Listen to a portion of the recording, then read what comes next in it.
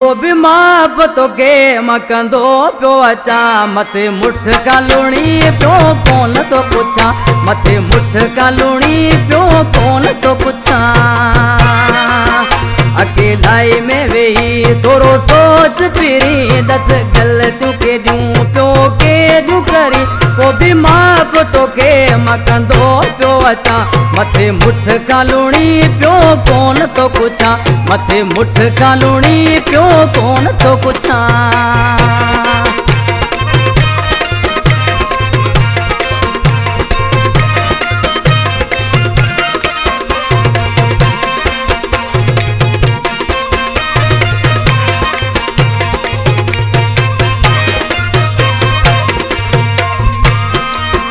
बस वास्ता पुराना मार लता वट ज़हर दमो के प्यार लता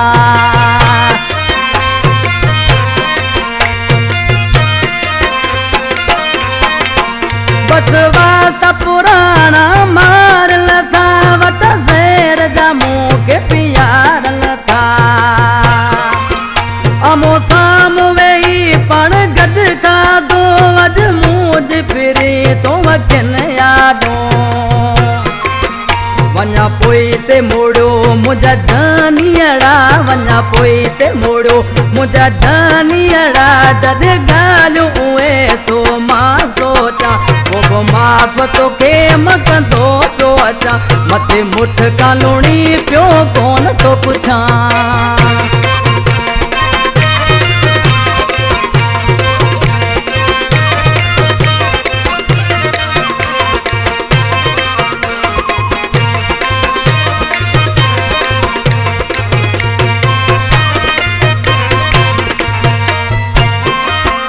तो वांगे मुखे न थियणो वा अखियूं पूरे मुखे न जीअणो वा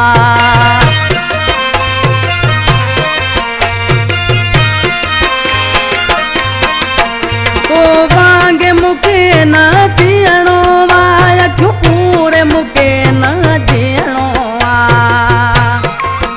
तोखे केर कदे न उफ चवंदो हर माण्हू मुखे मेणा दीदो जो इज्जत ते दाग लगाया भला जो इज्जत ते दाग लगाया भला एतिरो भी किरल मसफा नाया मथे मुठ का लूणी प्यो कौन तो पुछा मथे मुठ का लूणी प्यो कौन तो पुछा।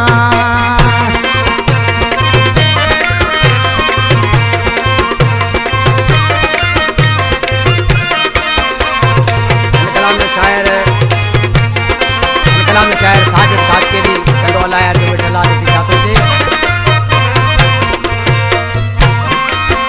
कस के लिजी माठ के कोल थोड़ी पंजे मुंह अलाए छा तो पक्की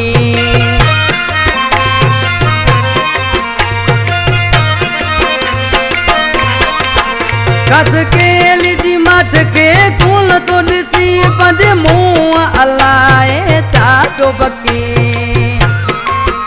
सही साजद सूर सिर ते विंदो पर गैर अज्ञान कदे लुचंदो सुबह साग्या वरी ये मेण दींदा सुबह साग्या वरी